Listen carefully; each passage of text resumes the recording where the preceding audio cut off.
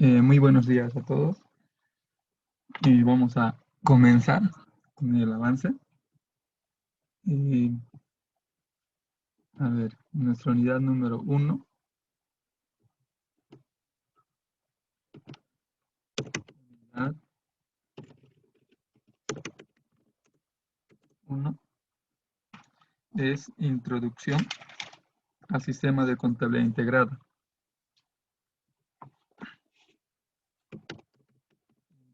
Introducción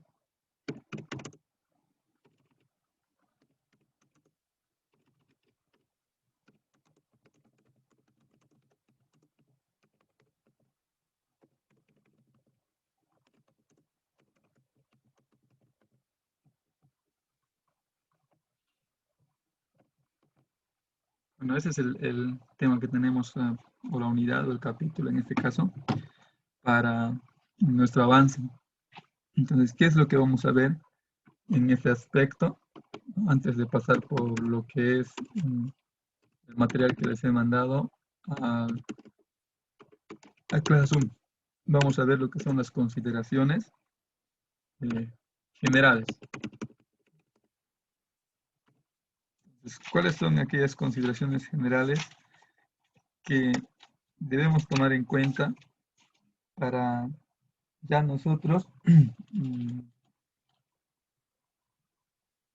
este caso, poder avanzar, poder, poder continuar con el avance? Entonces, más que todo vamos a ver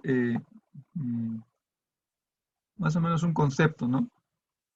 ¿Qué es la contabilidad? Más o menos voy a poner contabilidad integrada, ¿no? Abreviado. Es lo que vamos a utilizar. ¿Qué sería la contabilidad integrada? Es una disciplina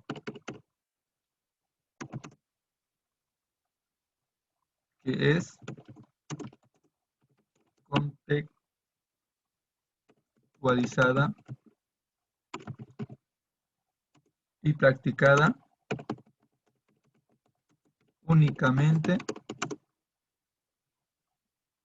por las entidades del sector público. Entonces, no vamos a detener en ese concepto. Nos está diciendo que la contabilidad integrada es una disciplina que solamente se utiliza, no contextualizada, donde se desarrolla, donde se da lugar, ¿no? En las entidades del sector público. Entonces, todas las entidades del sector público van a desarrollarse como tal, ¿no? Van a desarrollarse como tal, por ejemplo, gobernaciones, alcaldías, ministerios, hasta las universidades autónomas que son públicas están dentro de este manejo de lo que es el empleo de la contabilidad integrada. Entonces, antes yo de pasar más adelante, quisiera tomar en cuenta, ¿no? ¿Por qué existe ese término, sistema? Que nos dice claramente sistema de contabilidad integrada. Entonces, ¿qué concepto tengo yo con la palabra sistema? Si yo voy a tomar en cuenta, digamos, sistema solar, sistema del cuerpo humano, entonces, ¿qué me da a entender el término sistema?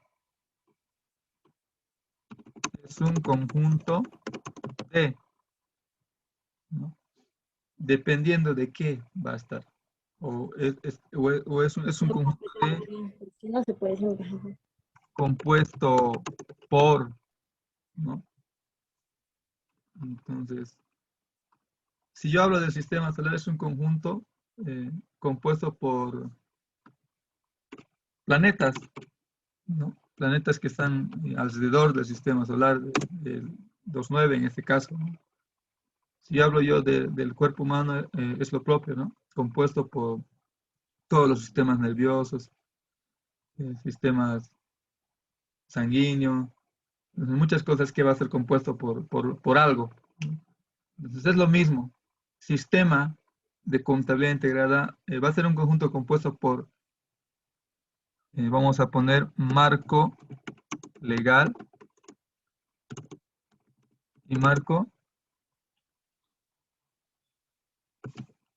técnico.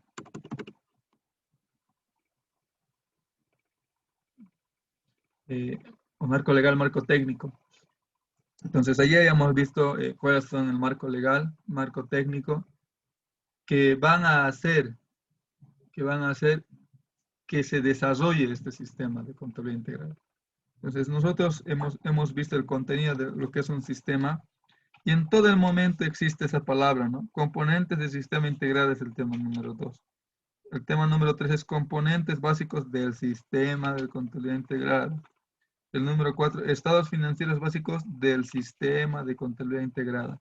Si ustedes han, si nosotros analizamos, siempre está la palabra sistema de contabilidad integrada. Siempre está la palabra sistema de contabilidad integrada. Entonces, todo esto va a ser compuesto bajo normas, bajo leyes que nos van a hacer, que nos van a dar unas directrices de cómo se maneja en una institución pública, ¿no? Porque aquí me indica sector público.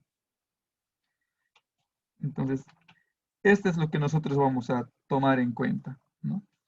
Ahora, yo no puedo, no puedo dibujar en una pizarra, que me sale más sencillo, pero voy a tratar de hacerlo aquí, a mi manera. Voy a tratar de dibujar una casa, ¿no? Que va a representar una institución y la persona que activó su audio, ya, va a representar una institución. Esta institución, voy a hacerlo todo en uno. Esto va a representar una institución que va a estar dividido en 3 partes. Otra vuelta.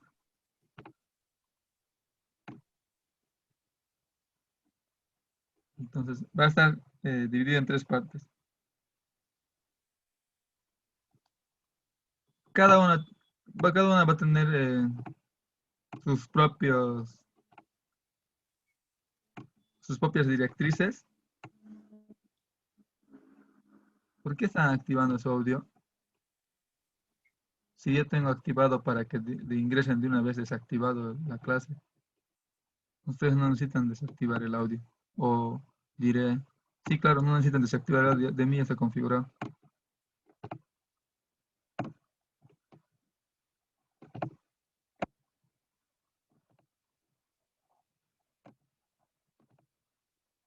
Entonces, eso es lo que voy a poder, lo que puedo hacer, ¿no? En esta pizarra. Tengo flechitas, sí, tengo flechitas. Vamos a ver, no me gusta esa dirección. Esa dirección sí me gusta. Lo propio, esta dirección. Y esa dirección. Estoy tratando de hacer un gráfico de cómo está compuesto. Entonces, obviamente, a esto lo voy a llamar, estoy explicando una sesión pública, el honorable alcaldía municipal, ¿no? Antes era conocido así, mejor gobierno autónomo municipal, de cualquier municipio, ¿no? Entonces, lo primero que vamos a tener en la parte de abajo, en una sesión, es información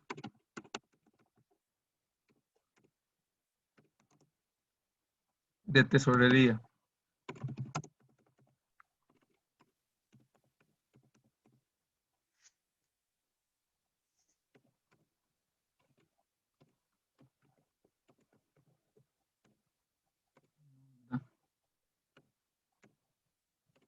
Sin acento. Información de tesorería. Entonces, ¿qué componentes va a tener información de tesorería? Ya viendo la parte contable, recursos y gastos.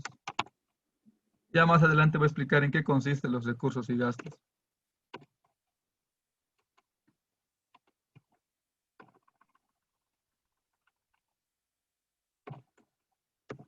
Recursos y gastos.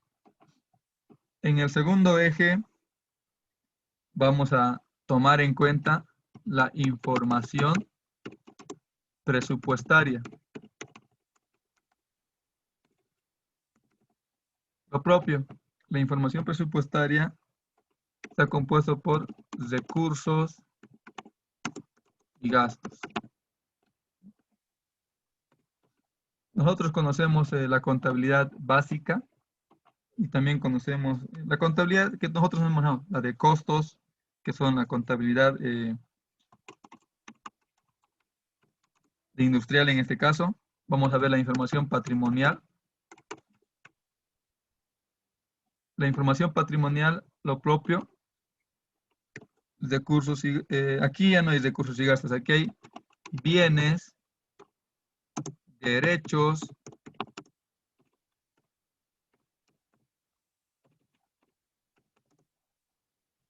obligaciones,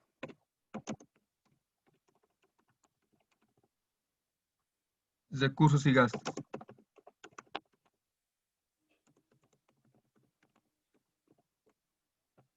Por todo eso está compuesto lo que es en general una institución pública, ¿no? Lo llamaré así, en general una institución pública. Entonces, hemos visto lo que es un detalle de lo que son el sistema de lo que es la contabilidad del gobierno autónomo municipal. Entonces, en este caso, nosotros tenemos que tomar muy en cuenta esas actividades. Por ejemplo, nosotros conocemos el plan de cuentas que nosotros hemos elaborado, que nosotros tenemos elaborado, es activo, pasivo, gastos e ingresos. De verdad que estoy a punto de reaccionar. Ya. Entonces,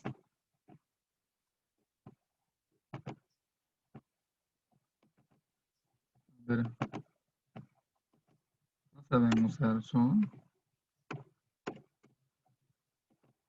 Listo. Entonces, tenemos lo que son, ese es lo malo, que cuando me interrumpen me olvido lo que estoy explicando. Ya estuve diciendo que tenemos activo, pasivo, patrimonio, ingreso y capital, ¿no? Esa es la composición de un plan de cuentas, ¿no? Entonces, gastos seguimos utilizando. Recursos es en vez de ingresos en una institución pública está recursos, porque las instituciones tienen recursos de coparticipación tributaria, recursos propios, recursos del TGN. Entonces, dependiendo de qué institución sea, obligaciones, derechos y bienes, más que todo está hablando de todo, todos los componentes o los activos o los pasivos que cuenta la institución, ¿no?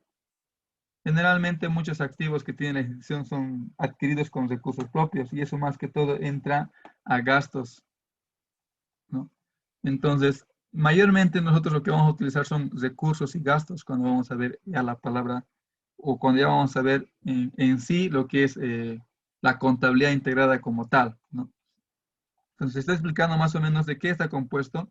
Lo primero va a venir la información de tesorería, luego vamos a tener la información presupuestaria, para luego obtener la información patrimonial, donde va a estar los bienes que tiene la institución, los derechos que tiene la institución, porque tiene también deudas, tiene también algunos derechos adquiridos de terceras personas, algunas obligaciones que tiene que cumplir, cómo va a captar recursos, en qué va a hacer, de qué manera va a hacer sus gastos. Esa es una institución pública basada, ¿no? ¿Qué no va a integrar? O sea, por eso es una contabilidad integrada, ¿no? Que tiene que integrar. ¿Qué no va a integrar? Información poco confiable, dificultad en verificación, falta de oportunidad, falta de normas contables, no uniformidad, alto costo y tiempo, ¿no? Eso es lo que no va a integrar generalmente en un tema, en lo que es la contabilidad integrada. Entonces, ayer estuve hablando de la ley 1178, que era lo que más va a regir, va a mostrar la directriz de cómo va a funcionar esta institución, ¿no? Más que todo las instituciones públicas.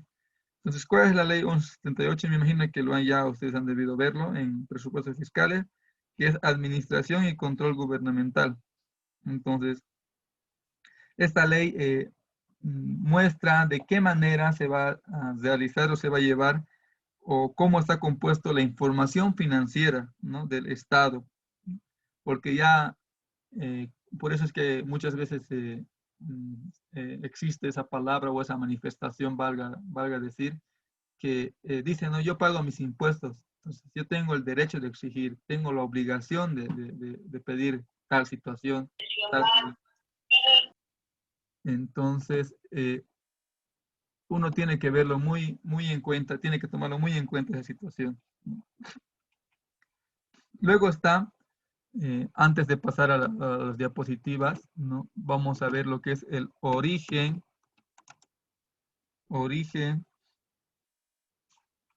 del sistema de contabilidad integrada.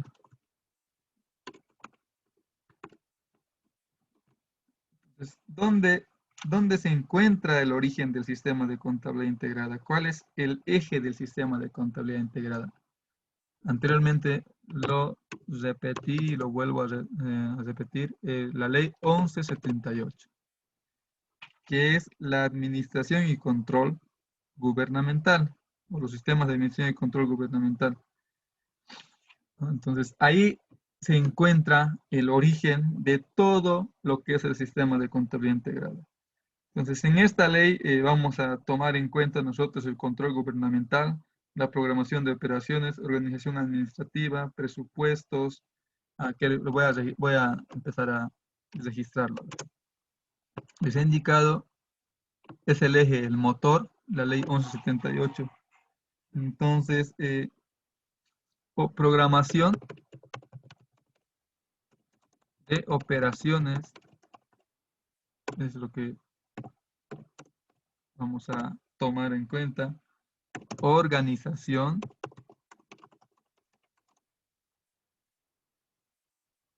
administración.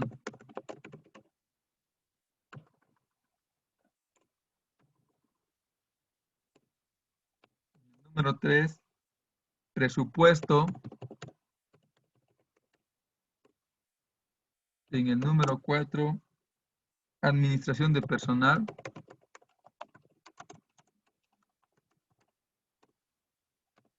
Número 5, que todos estos ejes voy a tomar en cuenta. Ya hemos hablado de administración de personal, administración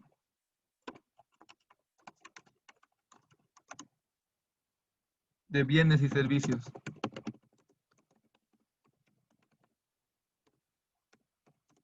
El sexto, tesorería y crédito público.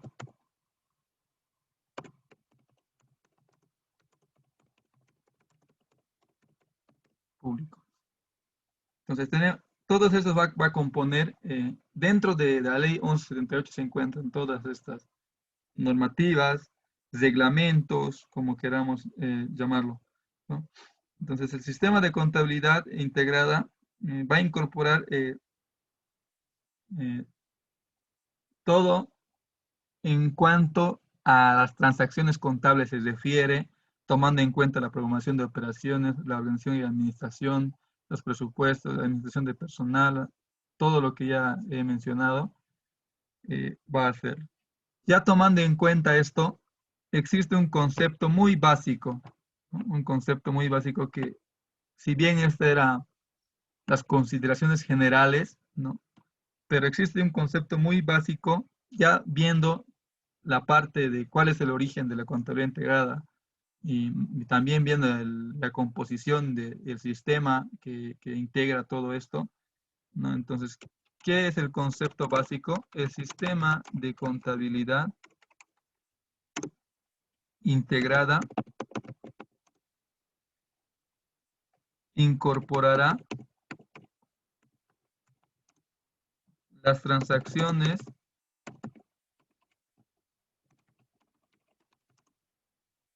presupuestarias, ¿no? Estamos empezando de la parte ya, el gráfico que he hecho o el dibujo que no me salió también, presupuestaria, financiera y patrimonial.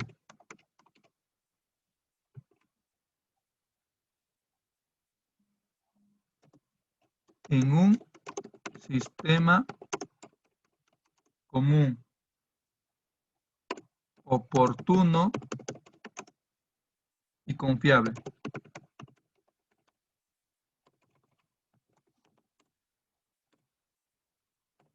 ¿Cuál es el concepto de contabilidad? Solo contabilidad. Es el arte de organizar, registrar, clasificar, ¿no? Ese concepto siempre utilizamos. Valga, no importa el orden, otros pueden decir es la forma de organizar, registrar, es el arte, ¿no? Y al final dice, en cuanto a información económica se refiere para exponer. O sea, son conceptos que siempre nosotros hemos visto. No necesitamos un texto como para eh, decirlo cuál es el concepto de contabilidad básica o de contabilidad comercial. No necesitamos tener un concepto. Claro, en el texto vas a encontrar un concepto más técnico, más académico, ¿no? Pero ya en un concepto así, de acuerdo a nuestro aprendizaje que hemos desarrollado durante el transcurso del semestre, siempre vemos ese término, ¿no? Entonces, una contabilidad integrada va a incorporar esas transacciones presupuestarias, financieras y patrimonial. Entonces, siempre está presente la parte presupuestaria, la parte financiera y la parte patrimonial. Entonces, argumentamos la parte presupuestaria porque no nos olvidemos que para nosotros, como gobierno autónomo municipal, como gobernación, siempre existen las reuniones en septiembre para elaborar el POA. Entonces, hay un presupuesto, a dónde va a estar destinado el dinero y cómo se va a administrar la parte financiera. Entonces, por eso está presente las transacciones presupuestarias, financieras, porque siempre va a tener la parte económica de todos los ingresos que ya mencioné. Vuelvo a repetir, los recursos propios, coparticipación tributaria, el TGN y entre otros que también forman parte de lo que es los recursos y actividades económicas de una institución pública. Entonces, ese es un concepto sencillo, ¿no? Y, eh, ahora sí podemos ya pasar a lo que es eh, el material en Classroom, pero no me está dejando ingresar. No. Espero. No. Ahora sí, ya estoy con mi cuenta. Entonces ustedes también pueden ya ingresar a su material de Classroom, mientras yo también ingreso, para ya ver lo que es el material que les he facilitado el día de ayer.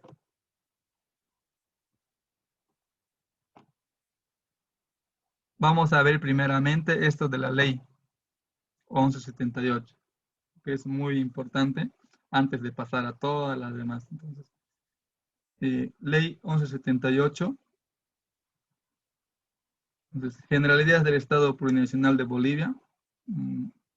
Vamos a tomar en cuenta el Estado, hoy en día es el Estado Plurinacional de Bolivia, ¿no? Entonces, ¿qué es un Estado? Está explicando en esa sección. Imagino que están viendo lo que estoy compartiendo. Sí, también. Entonces, primero, nosotros desde el 2000, desde que se ha aprobado la nueva Constitución Política del Estado, si no me equivoco, es del 2011 o 10, nosotros somos ya un Estado plurinacional. Entonces, ¿qué es un Estado? Es una sociedad humana, territorial y políticamente organizada mediante una autoridad o gobierno que emerge del ejercicio del poder político, que regula de modo determinado la convivencia social buscando como finalidad el bienestar de sus miembros. Es un concepto muy técnico, ¿no? En otras palabras, el Estado es una sociedad compuesta por familias, ¿no? Y cada familia tiene los miembros, individuos, cada familia. En un territorio, ¿no? Donde está organizado por, aquí dice políticamente, ¿no? Pero está organizado por una zona geográfica, llamaremos, y esa zona geográfica tiene sus propias autoridades, tiene sus propios representantes. Entonces, esas personas son los que tendrían que hacer cumplir la ley, tendrían que tomar muy en cuenta a la población y tener muy en cuenta el bienestar de esta sociedad, de esta población a los cuales dirigen, ¿no? Aquí están los elementos: población, poder público y territorio. Son los elementos de un Estado, ¿no? La población está compuesta, vuelvo a repetir, por toda la sociedad, por las familias. El poder público está en aquellas personas quienes han dado la confianza para que puedan representar en una institución. Y el poder público está pues como una pirámide, ¿no? Se encuentra lo que son el Estado Mayor, en este caso los presidentes, vicepresidentes, el Estado departamental, el gobierno, el gobernador, y la parte municipal, que tiene en cuenta al alcalde, ¿no? Y a su vez también cada distrito tiene sus alcaldes. Todo esto está representado en un territorio, tiene un territorio. No puede, digamos, un alcalde de Cochabamba querer inmiscuirse en los problemas de la alcaldía de Tiquipaya, ¿no? O un gobernador de Cochabamba querer solucionar problemas de La Paz o Santa Cruz, ¿no? Tiene su territorio. O un presidente de un país no puede estar tomando decisiones mm, de ministerios en otro país. No lo puede hacer, no tiene un territorio. Entonces, Bolivia se constituye en un Estado unitario social de derecho plurinacional, comunitario, libre, independiente, soberano. Eh, Ustedes ya tienen el material, no lo voy a leer mucho, ¿no? Con autonomías, donde cada quien tiene su propia forma de administrar sus recursos de acuerdo a su cultura, ¿no? En otras palabras, es eso.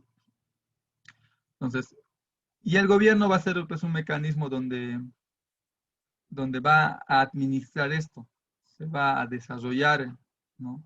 Esa organización. Por ejemplo, dice, el gobierno no es igual al órgano ejecutivo, no va a ser igual.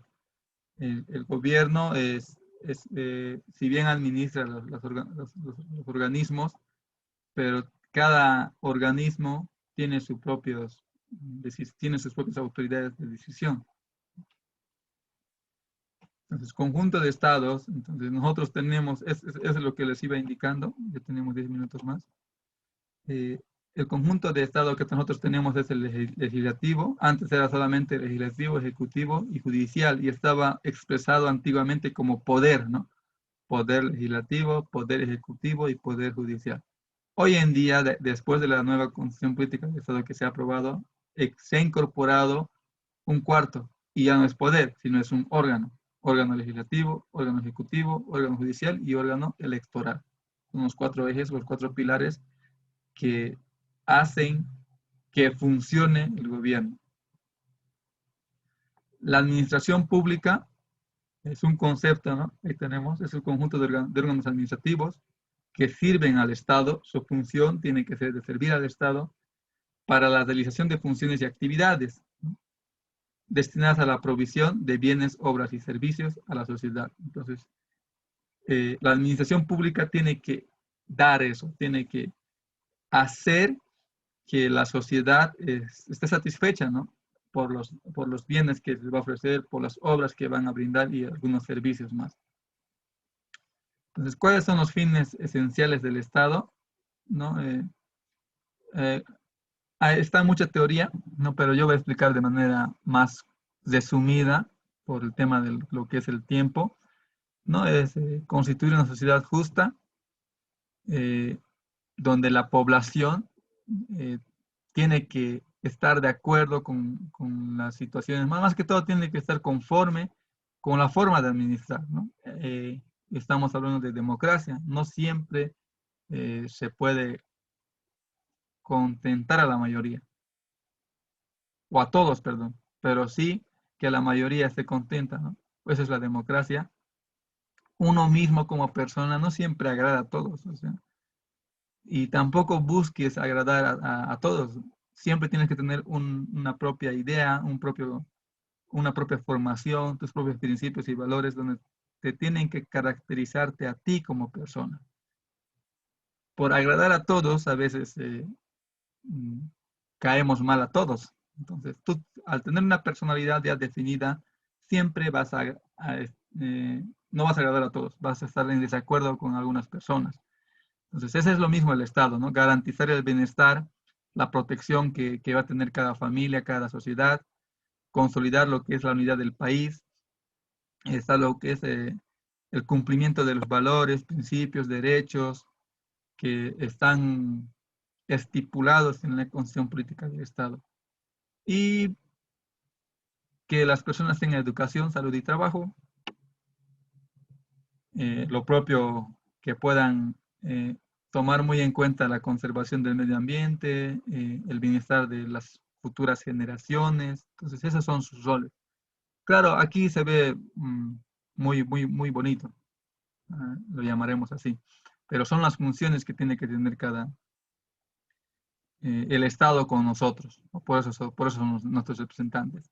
Y les iba diciendo que estamos compuestos por 4 órganos que son el legislativo, el electoral y lo que es ejecutivo y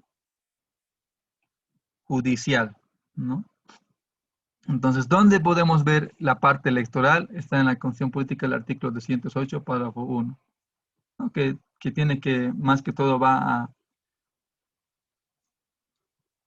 a que se respeten las normas electorales, a que dé confiabilidad en los resultados que va a eh, proponer, que muestra cuando existen lo que es las elecciones de los representantes máximas, de las representantes máximas.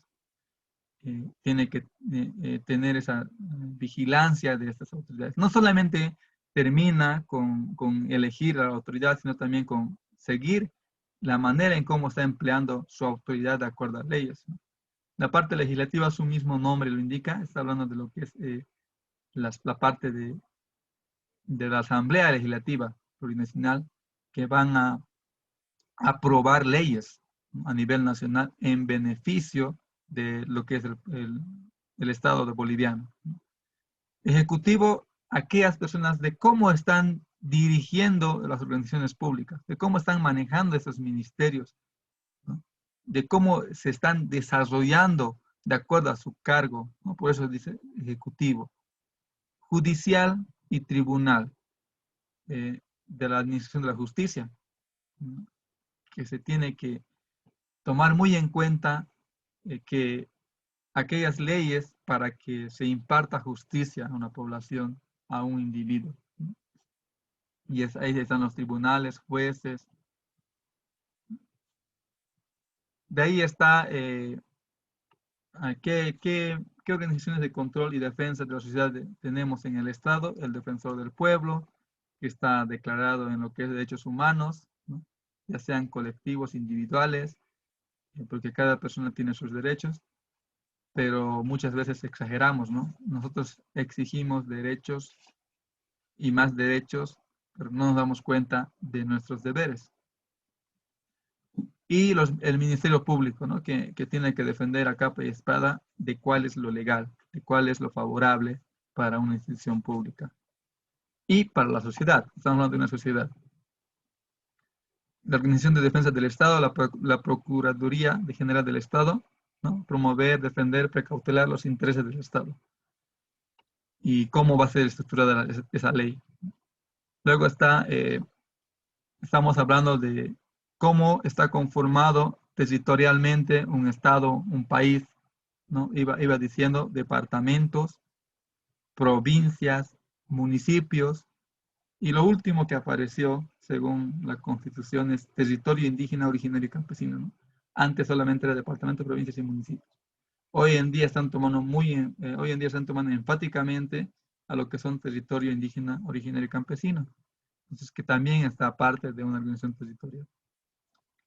Las autonomías en Bolivia van en ese orden: departamental, regional y municipal, que ahora también aparece la indígena, originaria y campesina. En otras palabras, si existe una comunidad indígena, originaria y campesina, puede tener su propia administración, su propia estructura, su propio organigrama, no porque estamos hablando de autonomías, y la manera autónoma de administrar sus recursos. Y adicionalmente, nosotros estamos aquí, ¿no? Se reconoce la autonomía universitaria. ¿No? Somos autónomos. Por lo tanto, administramos nuestros propios recursos, elegimos nuestras propias autoridades, ya sea rector, vicerrector, decano, directores, consejeros, ¿no? Representantes gremiales, tanto en docentes y estudiantes, ¿no? Esas son la manera de administrar los propios recursos. ¿Cuáles son la facultad de las autonomías? La elección directa de las autoridades, lo que les iba a mencionar anteriormente, la administración propia de sus recursos y cómo se va a reglamentar, qué leyes va a tener, de cómo va a ir esa institución, ¿no? Los San Simón tienen sus propios reglamentos y leyes para distintas formas de administración, para la modalidad de titulación, para la modalidad de ingreso de estudiantes, la forma en que se va a implementar las clases, la forma en que los estudiantes tienen que responder, ¿no? Tienen sus propias leyes. Eso se refiere cuando existen facultades autónomas. Y hasta aquí quiero llegar, ¿no? Estamos en 17 páginas. En la Constitución de las Autonomías, ¿no? La autonomía departamental, que va a estar por la Asamblea Departamental, que hoy, el 7 de marzo, también vamos a tener la elección del gobierno o del gobernador y de sus asambleístas, ¿no? El órgano ejecutivo de quienes van a llevar la batuta, voy a decir, del departamento. Tengo entendido que en la parte oriental hasta hay vicegobernador, ¿no?